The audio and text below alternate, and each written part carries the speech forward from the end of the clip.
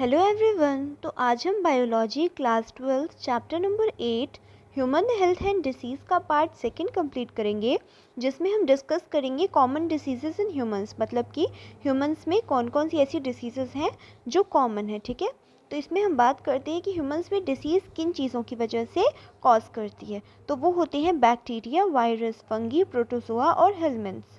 ठीक है, तो देखते हैं। A wide range of organisms belongs to bacteria, virus, fungi, protozoa, helminths etcetera could cause disease in man. Such disease causing organisms are pathogens. अब देखिए, जो ऑर्गेनिजम्स हमारी बॉडी में डिसीज कॉज करती हैं उन्हें हम पैथोजेंस कहते हैं। इतना तो हम समझ गए। लेकिन ये जो पैथोजेंस होते हैं ये बहुत बेसिकली अलग अलग टाइप्स के होते हैं, जैसे कि बैक्टीरिया, वायरस, फंगी, प्रोटोजोआ और हेलमिन्थ्स। हेलमिन्थ्स मतलब कि जो हमारी बॉडी में वॉर्म्स प्रेजेंट होते हैं, कीड़े टाइप के प्रेजेंट होते हैं हमारी बॉडी में, उन्हें हेलमिन्थ्स कहते हैं। ठीक है, उसके बाद most parasites are therefore pathogens as they cause harm to the host by living in or them. बहुत सारे ऐसे पैरासाइट्स होते हैं जो हमारी बॉडी में हार्म पहुंचाते हैं, या तो हमारी बॉडी के ऊपर पैरासाइट के फॉर्म में रह के या फिर हमारी बॉडी के अंदर पैरासाइट के फॉर्म में रह के। ठीक है, the pathogens can enter our body by various means, multiply and interfere with normal vital activities resulting in morphological and functional damage। अब जो हमारी बॉडी में जो पैथोजेंस होते हैं वो हमारी बॉडी में अलग अलग तरीके से इंटर कर सकते हैं। हमारे मुंह से इंटर कर सकते हैं, फिर हमारे नोज से इंटर कर सकते हैं, हमारी आईज से इंटर कर सकते हैं। ठीक है, उसके बाद वो हमारी बॉडी में आकर के मल्टीप्लाई करते हैं, मतलब अपने आप को बढ़ाते हैं, मल्टीप्लाई करते हैं और हमारी जो नॉर्मल एक्टिविटीज़ हैं उनमें खलल डालते हैं। मीन्स जो हमारी बॉडी की नॉर्मल एक्टिविटीज़ होती हैं उनको डिस्टर्ब कर देते हैं और हमारी बॉडी में मॉर्फोलॉजिकली और फंक्शनली डैमेज प्रोवाइड करते हैं। मतलब जो हमारी बॉडी की नॉर्मल फंक्शनिंग है उन्हें डैमेज करते हैं, हमारी बॉडी के ऑर्गन्स को डैमेज करते हैं। ठीक है, pathogens have to adapt to live within the environment of the host. जो पैथोजेंस हैं वो हम लोगों की बॉडी में अगर रह रहे हैं तो वो हमारी बॉडी के अकॉर्डिंग अडेप्टेड होते हैं। जैसे मान लीजिए एग्जाम्पल में इसमें बताया गया है कि हमारा पेट है, हमारे पेट का स्टमक जो होता है, हमारा पेट, उसका पीएच काफ़ी लो होता है। ठीक है, और उसमें काफ़ी सारे डाइजेस्टिव एंजाइम्स होते हैं। तो अगर किसी बैक्टीरिया, वायरस, फंगी किसी को भी अगर हमारे गट तक पहुंचना है तो स्टमक से गुजर के पहुंचना होगा। तो स्टमक में जब वो आएगा तो उस जो भी पैथोजन है उसे ये जो लो पीएच है ये अफेक्ट नहीं करना चाहिए। मतलब उस पर लो पीएच का कोई भी नुकसान ना पहुंचे, तभी तो वो हमारे गट तक पहुंच पाएगा। अगर मान लीजिए उस पर लो पीएच अफेक्ट करेगा या फिर जो डाइजेस्टिव एंजाइम्स होती है वो उसको नुकसान पहुंचाएंगी तो वो तो हमारे इंटेस्टाइन तक, गट तक पहुंच ही नहीं पाएगा। इसीलिए वो इस तरीके से अपनी बॉडी को मॉडिफाई करते हैं कि जो हमारी बॉडी का लो पीएच है या फिर जो कुछ भी है, जो कुछ भी चीज़ें हैं, उन्हें वो अडाप्ट कर लेते हैं कि उससे उन्हें कोई नुकसान ना पहुंचे, तभी तो वो जा पाएंगे। उसके बाद a few representative members from different groups of pathogenic organisms are discussed here along with the disease caused by them. अब इन पैथोजेनिक के जो ग्रुप्स हैं, जैसे कि बैक्टीरिया, फंगस और वायरस, ये जो कुछ भी हैं, इनके कुछ मेंबर्स के बारे में बात की गई है जो कि हमारी बॉडी में डिसीज़ कॉज करते हैं और इन डिसीज़ से हम किस तरीके से बच सकते हैं इसे भी बताया गया है। तो हम स्टार्ट करते हैं। सबसे पहला है टाइफॉइड। टाइफॉइड फीवर होता है एक तरीके का जो हमारी बॉडी में अंदरूनी होता है, जैसे कि एंटरिक फीवर कहते हैं इसे। और ये कौन सी बैक्टीरिया की वजह से होता है? बैक्टीरिया का नाम है सैल्मोनेला टाइफीम्यूरियम। हमेशा याद रखिएगा, सैल्मोनेला टाइफीम्यूरियम बैक्टीरिया है जो कि टाइफॉइड फीवर कॉज करता है। ठीक है, और ये जो पैथोजेंस हैं ये हमारी स्मॉल इंटेस्टाइन में जाते हैं डायरेक्टली। और वो कैसे जाते हैं? फूड और वाटर की वजह से। मतलब जो खाना पानी हम खाते पीते हैं उनमें वो कॉन्टेमिनेट होते हैं। मतलब वो जो बैक्टीरियाज है वो हमारे खाने पानी में होते हैं और वहाँ से वो हमारी बॉडी में चले जाते हैं। हमारी बॉडी से वो डायरेक्टली इंटेस्टाइन में जाते हैं और इंटेस्टाइन में पहुँचने के बाद वो ब्लड के थ्रू बाकी सारे जो ऑर्गन्स हैं हमारी बॉडी के, लिवर, स्टमक, जो कुछ भी है, वहाँ तक पहुँचते हैं। तो जब ये ऐसा करते हैं तो इससे हमारी बॉडी पर क्या इफेक्ट पड़ता है? हमें बहुत ज़्यादा हाई फीवर हो जाता है, लगभग 29 डिग्री सेल्सियस से 40 डिग्री सेल्सियस तक का। हमें बहुत वीकनेस हो जाती है, स्टमक पेन होने लगता है, कॉन्स्टिपेशन हो जाता है, हेडेक होता है, सर दर्द होने लगता है और लॉस ऑफ एपेटाइट होता है। लॉस ऑफ एपेटाइट का मतलब कि हमें भूख नहीं लगती है। ये कुछ कॉमन सिम्टम्स हैं इस डिसीज़ के। उसके अलावा कई ऐसे केसेस होते हैं जहाँ पर इंटेस्टिनल परफोरेशन भी हो जाता है और डेथ भी हो जाती है।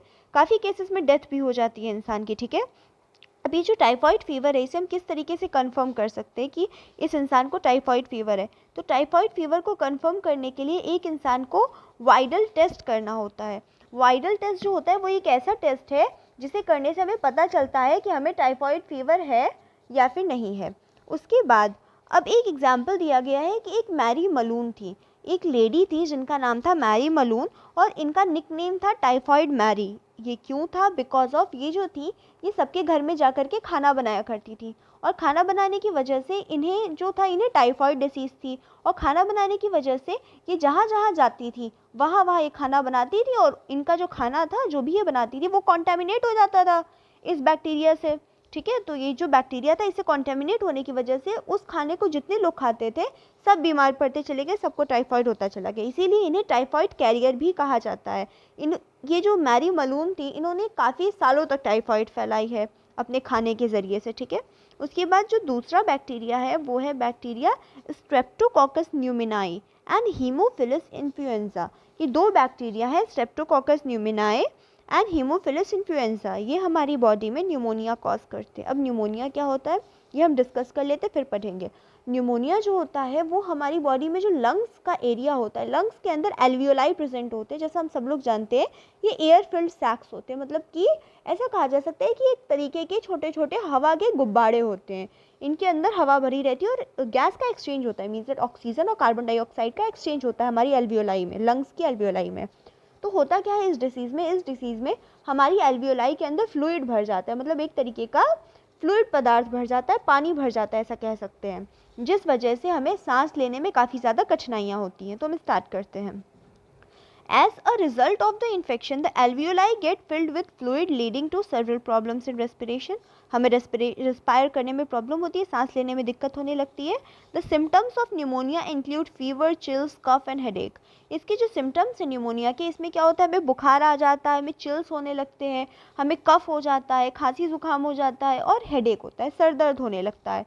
काफ़ी सारे ऐसे केसेस होते हैं बट बहुत सीवियर केसेस होते हैं जब हमारे नाखूनों का कलर और हमारे होठ का कलर बेसिकली तो ग्रे होता है लेकिन वो ग्रे से ब्लू कलर का हो जाता है। सोचिए ग्रे कलर से ब्लू कलर का हो जाता है जब न्यूमोनिया अपनी चरम सीमा पे पहुंच जाता है।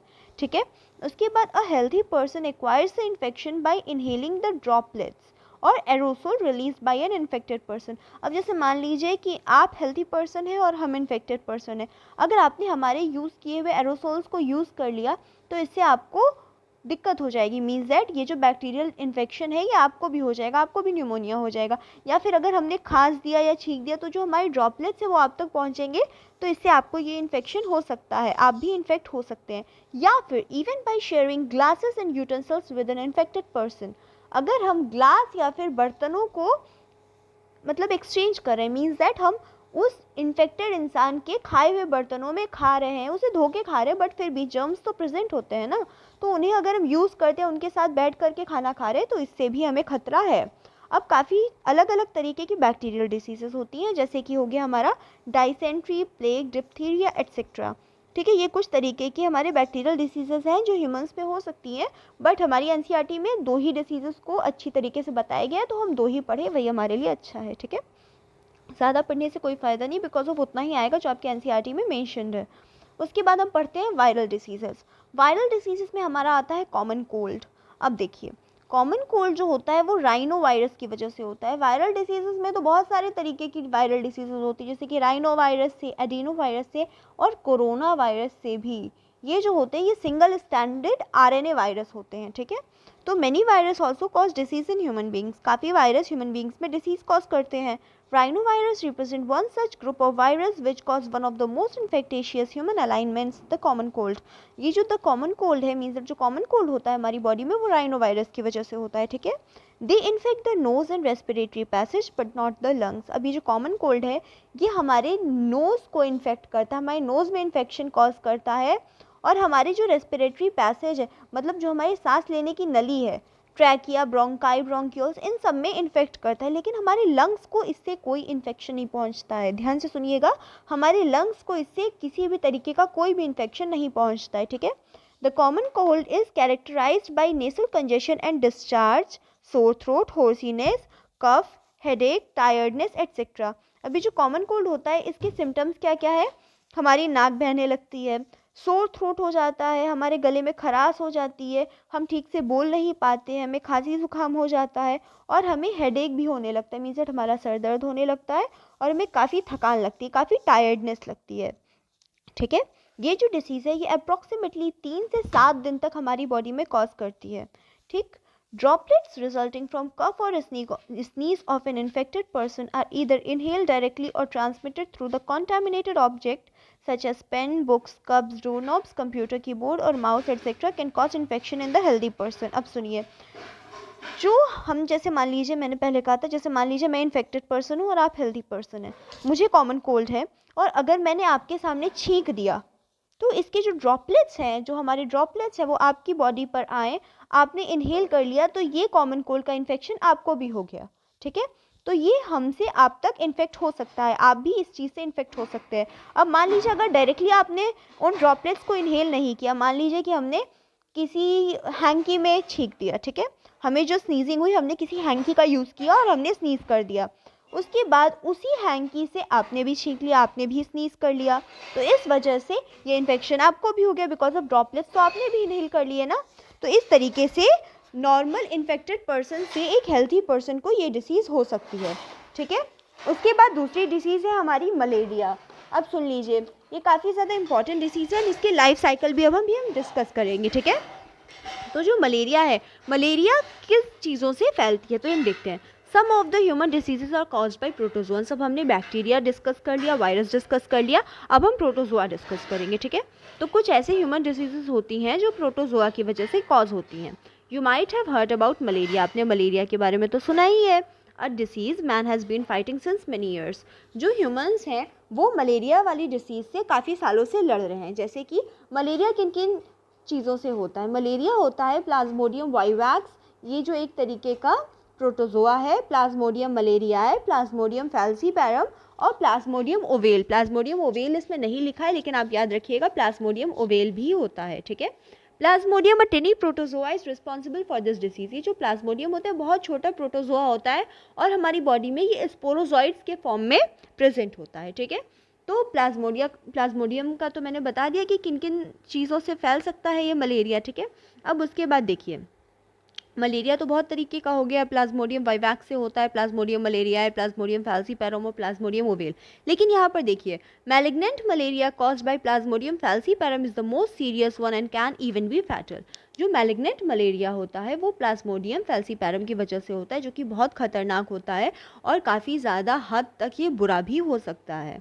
ठीक है, अब देखते हैं ये कैसे होता है। अब देखिए यहाँ पर बता रहे, let us take a glance at the life cycle of Plasmodium. सबसे पहले हम ये फिगर देख लेते हैं, इसे डिस्कस कर लेते हैं, उसके बाद हम इसे पढ़ेंगे। ठीक है, तो ये फिगर हमारे यहाँ पर दिया है, ये फिगर हमारा यहाँ से स्टार्ट होता है। अब देखिए यहाँ पर लिखा है, when the mosquito bites another human sporozoites are injected with bite. अब देखिए इस मच्छर ने इस ह्यूमन को कट किया, बाइट किया, तो बाइट करने की वजह से इस ह्यूमन के अंदर देखिए ये मच्छर से स्पोरोजॉइड्स इस ह्यूमन के अंदर इंटर कर गए। अब ये स्पोरोजॉइड्स ब्लड के थ्रू इस ह्यूमन के लंग्स में जाएंगे। ठीक है, देखिए ये ब्लड के थ्रू इस ह्यूमन के लंग्स में ये स्पोरोजॉइड्स जो हैं ये प्रेजेंट है। ठीक है, अब ये लंग्स में पहुंच गए, लंग्स में पहुंचने के बाद sorry really very sorry, liver में पहुंच गए, गलती से लंग्स निकल गया, ये ब्लड के थ्रू ह्यूमन बींग्स के लीवर में पहुंच गए। ठीक है, लीवर में पहुंचने के बाद जो लीवर के सेल्स होते हैं जिन्हें हम हेपाटोसाइट्स कहते हैं, उनके अंदर ये पहुंच जाते हैं, स्पोरोजॉइड्स उनके अंदर पहुंच जाते हैं और फिर ये रेप्लिकेट करना स्टार्ट करते हैं, मीन्स दैट ये अपने आप को डिवाइड करते हैं। यहाँ पर लिखा है, the parasite reproduces asexually in liver cells, bursting the cells and releasing into the blood. अब सुनिए, ये इस लिवर के अंदर पहुंचे और लिवर के बाद ये हमारे लिवर के सेल में पहुंचे और डिवाइड करने लगे, काफ़ी ज़्यादा अमाउंट में डिवाइड कर गए। डिवाइड करने के बाद इन स्पोरोजॉइड्स ने लिवर के सेल को ब्लास्ट कर दिया। ये जो पैरासाइट्स है स्पोरोजॉइड के फॉर्म में, इन्होंने लिवर के सेल को ब्लास्ट कर दिया और ब्लास्ट करने के बाद ये हमारे रेड ब्लड सेल्स में आ गए। कुछ तो थे जिन्होंने दूसरे लिवर के सेल्स को इन्फेक्ट कर दिया, लेकिन कुछ ऐसे थे जो कि हमारे रेड ब्लड सेल्स में आ गए। अब सुनिए, ये रेड ब्लड सेल्स में तो आ गए और रेड ब्लड सेल्स में आने के बाद फिर से इन्होंने डिवाइड किया। यहाँ पर रेड ब्लड सेल्स में आए पहली स्टेज और दूसरी स्टेज में इन्होंने फिर से डिवाइड किया। तीसरी स्टेज में क्या हुआ, इनके अंदर जो एक लिक्विड बन रहा था जिसे हम हीमोजोइन कहते हैं, हीमोजोइन फॉर्म हो गया। और उसके बाद जब ये सेल ब्लास्ट हुई तो ये सेल ब्लास्ट होने के बाद इसके अंदर से जो कुछ भी स्पोरोजॉइट्स निकले उनके साथ साथ एक लिक्विड भी निकला जिसे कहते हैं हीमोजोइन। और इस लिक्विड के निकलने से हमारी बॉडी के अंदर सिम्टम्स दिखने लगे मलेरिया के। अभी तक तो मलेरिया के कोई भी सिम्टम्स नहीं दिख रहे थे, लेकिन जैसे ही ये बाहर आया वैसे ही हमें मलेरिया के सिम्टम्स दिखने लगे। ठीक है, फीवर वगैरह के सिम्टम्स दिखने लगे। तो यहाँ पर देखिए क्या लिखा है, parasites reproduce asexually in red blood sales. जो पैरासाइट्स थे वो एसेक्सुअली रेड ब्लड सेल्स में भी रिप्रोड्यूस हुए। Burst the red blood sales, इन्होंने रेड ब्लड सेल्स को भी ब्रस्ट कर दिया और उसके बाद फीवर के सिम्टम्स दिखने लगे। ठीक है, जैसे मैंने बताया, release parasites infect new red blood sales. अब सुनिए, ये जो पैरासाइट्स रिलीज हुए यहाँ से वो नए रेड ब्लड सेल्स में इन्फेक्ट कर गए। ये जो पैरासाइट्स रिलीज हुए ये नए रेड ब्लड सेल्स के अंदर इंटर कर गए। अब ये जो स्टेज है इस स्टेज को हम कहते हैं signet ring stage. Signet ring stage ये कई बार पूछ देता है, नीट में भी पूछ देता है और हमारे बोर्ड्स एग्जाम में भी पूछ देता है। ये जो होता है ये सिग्नेट रिंग स्टेज होता है। ठीक है, तो सिग्नेट रिंग स्टेज में क्या होता है, ये जो रेड ब्लड सेल्स से ये जो स्पोरोजॉइट्स निकलते हैं ये नए रेड ब्लड सेल्स में चले जाते हैं और फिर ये एक सिग्नेट रिंग स्टेज बना देते हैं। इस स्टेज के बाद क्या होता है, the sexual stage, gametocytes develop into red blood sales. अब रेड ब्लड सेल्स में गैमेटोसाइट्स डेवलप हो जाते हैं। अब देखिए यहाँ पर मेल गैमेट डेवलप हो गया और फीमेल गैमेट डेवलप हो गया। उसके बाद ये जो गैमेटोसाइट्स थे यहाँ पर आप देख सकते हैं, ये जो गैमेटोसाइट्स हैं ये फीमेल गैमेट और मेल गैमेट, ये गैमेटोसाइट्स यहाँ से हो करके, देखिए यहाँ से हो करके female mosquitoes takes up gametocytes with blood meal. हमारी बॉडी में तो है ये गैमेटोसाइट्स, हमारे ब्लड से होकर के हमारे हाथ तक चले गए या फिर हमारी बॉडी के अदर पार्ट्स तक चले गए। ठीक है, तो ये जो गैमेटोसाइट्स गए इस फीमेल मॉस्क्यूटो ने, ये जो फीमेल मॉस्क्यूटो है, इसने इन सारे स्पोरोजॉइट्स को जो गैमेटोसाइट्स हैं इन्हें इनहेल कर लिया। मीन्स दैट इन्हें ब्लड के थ्रू इसने ले लिया। ठीक है, ब्लड मील के थ्रू इसने ले लिया। उसके बाद मॉस्क्यूटो के गट में, मॉस्क्यूटो का जो गट था, मॉस्क्यूटो के गट में ये जो स्पोरोजॉइट्स थे ये स्पोरोजॉइट्स ने फर्टिलाइजेशन किया। Fertilisation and development takes place in the mosquito gut. जो मॉस्क्यूटो का गट था उसमें फर्टिलाइजेशन हुआ और डेवलपमेंट हुआ। उसके बाद जो सैलिवरी ग्लैंड होता है मॉस्क्यूटो का, उसमें ये सारे स्पोरोजॉइट्स फर्टिलाइजेशन करने के बाद यहाँ पर स्टोर हो गए। Mature infected stage, sporozoites escape from gut and migrate into the mosquito salivary glands. अब यहाँ पर देखिए, यहाँ पर एक गट में तो फर्टिलाइजेशन हो गया और डेवलपमेंट भी हो गया।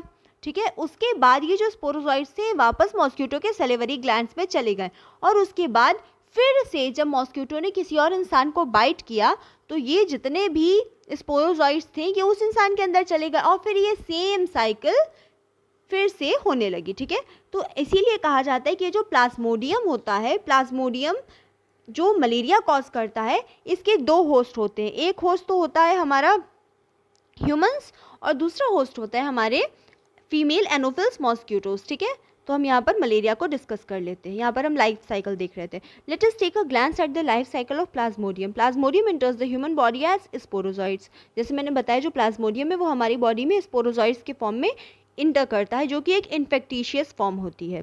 Through the bite of the infect female Anopheles mosquitoes, जो फीमेल एनोफिलस मॉस्क्यूटोज होती है उसके बाइट से ये इन्फेक्शन हमारी बॉडी में होता है। The parasites initially multiply within the liver cells and then attack the red blood cells resulting in their rupture. अब जो parasites होता है वो लिवर सेल में मल्टीप्लाई कर देता है और लिवर सेल में मल्टीप्लाई करने के बाद वो रेड ब्लड सेल में चला जाता है और फिर रेड ब्लड सेल में भी मल्टीप्लाई करता है और वहाँ से रप्चर हो जाता है। मीन्स दैट वहाँ पर रेड ब्लड सेल्स को भी वो रप्चर करके बाहर आ जाता है। The rupture of red blood cells is associated with release of toxic substance known as haemozoin. अब जैसे मैंने आपको बताया था कि जब रेड ब्लड सेल्स ब्लास्ट होंगे, जब रेड ब्लड सेल्स रप्चर होंगे तो एक केमिकल निकलेगा जिसे कहते हैं हीमोजोइन। यहाँ पर लिखा हुआ है, उस केमिकल का नाम होता है हीमोजोइन। यहाँ पर लिखा है हीमोजोइन, जो कि रिस्पॉन्सिबल होता है चिल्स और फीवर के सिम्टम्स दिखाने के लिए। ठीक है, तो ये हर 3 से 4 डेज पे ये होता रहता है। ठीक है, तो हीमोजोइन जो होता है वो चिल्स और फीवर के सिम्टम्स दिखाता है, याद रखिएगा। फिर उसके बाद when a female Anopheles mosquitoes bite an infected person, ये जो फीमेल एनोफिलस मॉस्क्यूटोज होती है फिर जब वो इन्फेक्टेड पर्सन को बाइट करती है तो ये सारे जो पैरासाइट्स होते हैं वो मॉस्क्यूटो की बॉडी में चले जाते हैं और उसके बाद फर्दर डेवलपमेंट होती है। मतलब कि हम लोग की बॉडी में ये जो हीमोजोइन केमिकल रिलीज हुआ उसके बाद ये जो स्पोरोजॉइट्स होते हैं ये सिग्नेट रिंग स्टेज बना लेते हैं, उसके बाद गैमेटोसाइट्स बन जाते हैं, और गैमेटोसाइट्स बनने के बाद ये जो मॉस्क्यूटो होते हैं हमें कट करते हैं और वो गैमेटोसाइट्स ले लेते हैं और फिर उनके गट में प्रोसेस होने लगती है, और उसके बाद जब वो किसी और इंसान को बाइट करते हैं तो उनके सैलिवरी ग्लैंड्स के थ्रू उन इंसान में भी इन्फेक्शन हो जाता है। ठीक है, तो देखते हैं।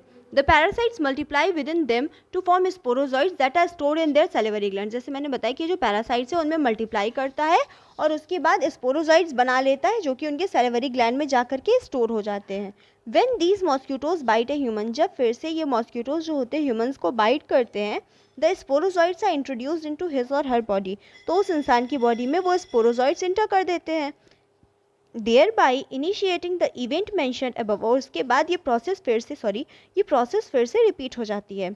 It is interesting to note that the malarial parasites requires 2 host. जैसे मैंने आपको पहले बताया था कि जो मलेरिया पैरासाइट होती हैं ये 2 होस्ट रिक्वायर करती हैं, एक तो ह्यूमन होस्ट और दूसरा मॉस्क्यूटो होस्ट। अपनी लाइफ साइकिल को कंप्लीट करने के लिए इन्हें 2 होस्ट चाहिए होते हैं।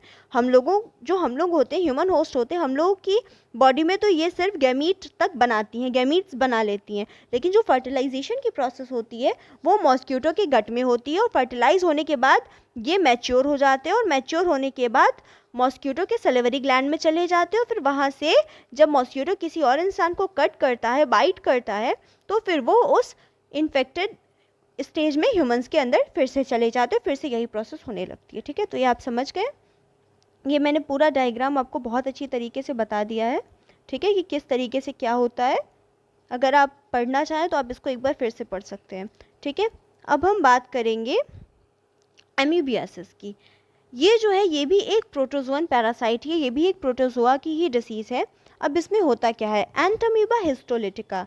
एंटोम्यूबा हिस्टोलिटिका एक पैरासाइट्स है जो कि हमारी बॉडी में एमीबियोसिस, एम्यूबिक डाइसेंट्री एक डिसीज़ होती है, उसे कॉज करता है।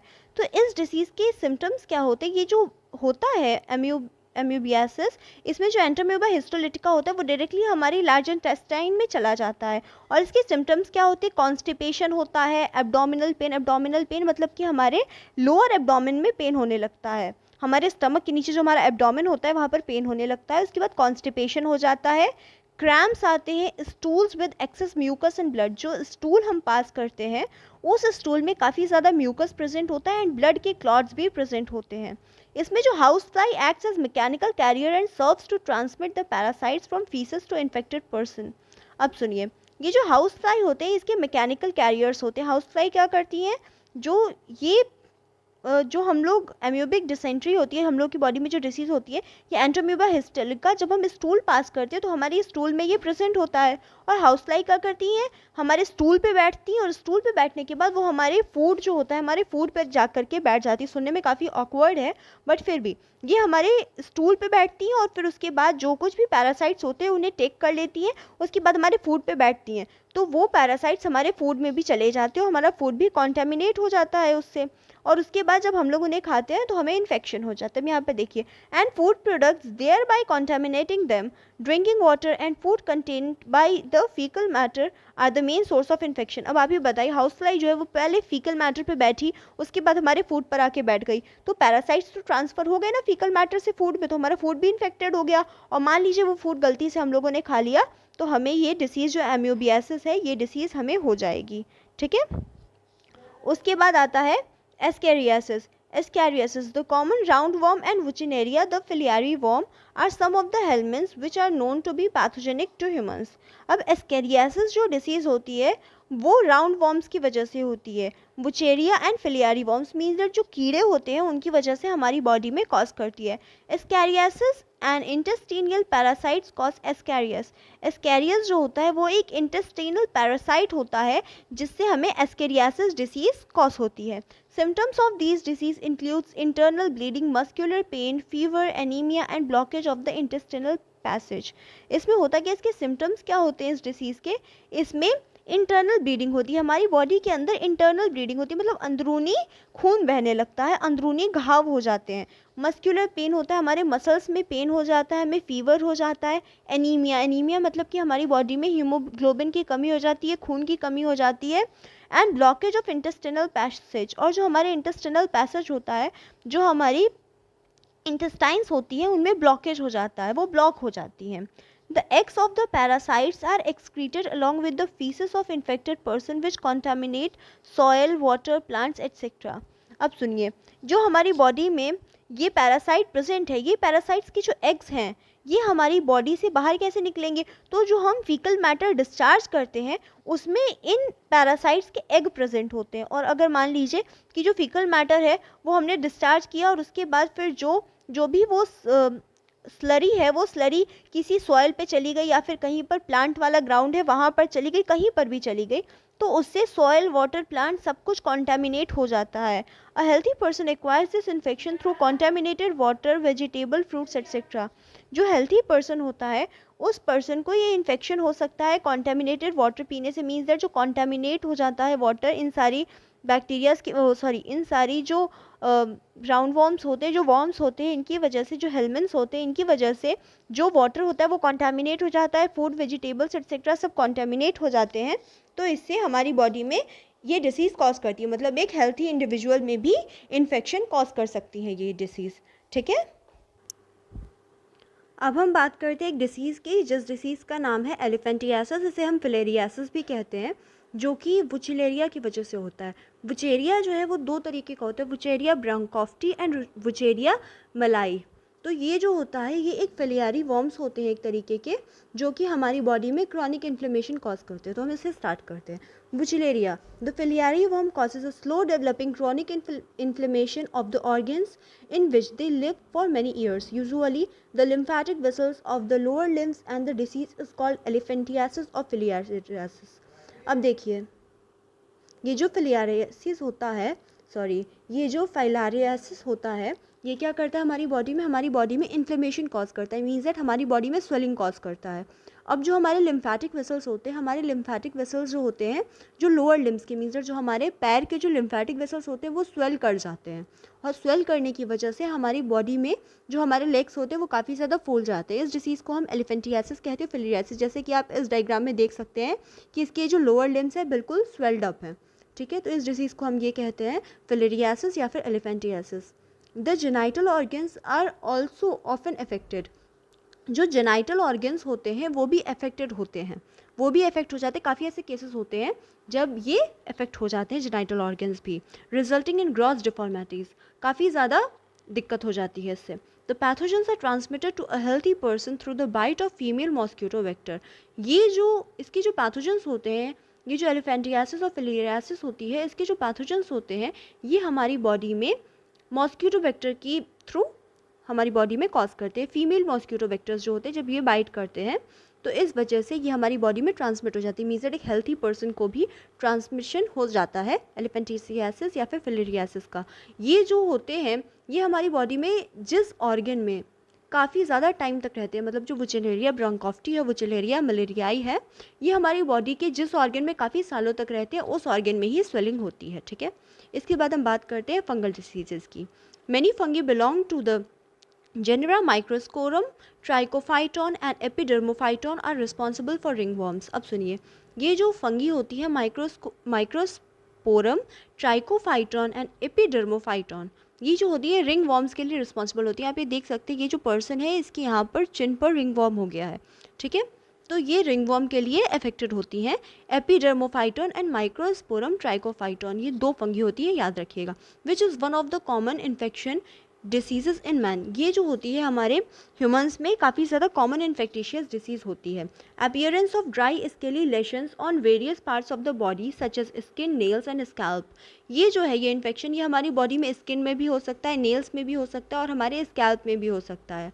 इसके जो मेन सिम्टम्स हैं इस डिसीज़ के वो यही है कि हमारी बॉडी में काफ़ी ज़्यादा इचिंग होती है एंड काफ़ी ज़्यादा लेशंस होते हैं। These lesions are accompanied by intense itching. काफ़ी ज़्यादा खुजली होती है हमारी बॉडी में एंड काफ़ी ज़्यादा ये दिक्कत भी करते हैं। ये जो होते हैं ये मॉइस्चर और हीट की वजह से होते हैं। अब यहाँ पर देखिए, heat and moisture help these fungi to grow. जो हीट और मॉइस्चर होता है उसकी वजह से ये फंगी काफ़ी ज़्यादा अमाउंट में ग्रो कर जाती हैं। Which makes them thrive in skin folds which as those in the groin or between the toes. ये बेसिकली हमारे ग्रॉइन एरिया में होती है और हमारे टोज के बीच में जो एरिया होता है वहाँ पर होती है। Ringworms are generally acquired from soil or by using towels, clothes और even the combs of infected individuals. जो रिंग वर्म होते हैं वो हमारी बॉडी में या तो सॉइल से फैल जाते हैं, मिट्टी से फैल जाते हैं, मिट्टी छूने से, या फिर जो इन्फेक्टेड पर्सन है उसकी टॉवल यूज़ करने से, उसके कपड़े यूज़ करने से, या फिर इवन तो उसके कॉम्ब यूज़ करने से भी हमारे स्कैल्प में इन्फेक्शन हो जाता है। ठीक है। Maintenance of personal and pubic hygiene is very important for prevention and control of many infectious diseases in humans. अब सुनिए, पर्सनल और पब्लिक हाइजीन जो होता है उन दोनों चीज़ों को मेंटेन करना हमारे लिए बहुत ज़्यादा इंपॉर्टेंट होता है। इसी से हम इन्फेक्टिशियस डिसीज़ेज़ जो होती हैं उन पर काबू पा सकते हैं। Measure of personal hygiene include keeping the body clean, consumption of clean drinking water, food, vegetables, fruits etcetera. अब ये बता रहे हैं कि हम किस तरीके से अपनी पर्सनल और प्यूबिक हाइजीन को मेंटेन कर सकते हैं। तो पर्सनल हाइजीन को मेंटेन करने के लिए हमें अपनी बॉडी को क्लीन रखना होता है, हमें साफ़ पानी पीना होता है, साफ़ खाना खाना होता है, क्लीन फ्रूट, फूड, वेजिटेबल्स खाने होते हैं। उसके बाद पब्लिक हाइजीन के लिए हम क्या कर सकते हैं? Public hygiene includes proper disposal of waste and excreta.